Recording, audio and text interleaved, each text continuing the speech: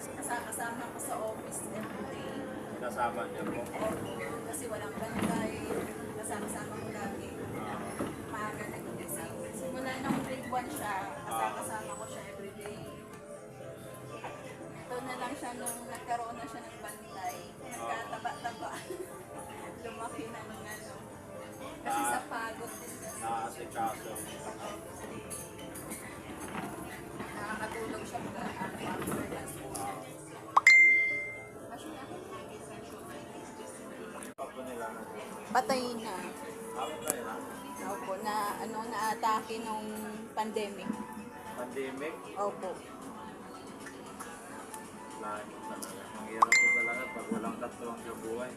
Opo, sa ano na, all around. Lalo na pagka mga ganitong ano.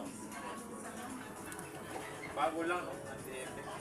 Nung ano, Alam nila. 2021. Oo. Pandemic, nasa abroad ako dyan. Ano sa ano, ibang bansa ka po? Saudi.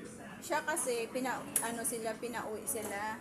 Galing Saudi rin. Opo, at hindi siya Saudi, seaman po. Asiman. Tapos pagbaba, Pinauwi sila, tapos nag-stay siya dito ng 10 months. dito siya na na COVID. Opo. Hindi naman siya na COVID, natrangkaso siya, tapos gumaling. Tapos inatake sa CR.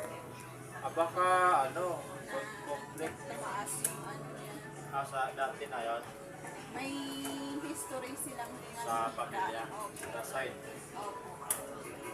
Buti siya sa barko. Nagpit kaya ang Sa barko kasi. Sa ano kasi sila, sa cruise ship. true.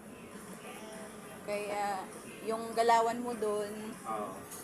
mabilisan. Malita. Eh dito, Wala tambay lang. natambay sila kasi pandemic. Pandemic. Na-stress din siya siguro, na-depress. Kasi tagal nang nakatambay. Nung time na yun kasi pandemic, Walang ano yun, walang trabaho ka talaga doon. Hindi nag-exercise ba? Hindi.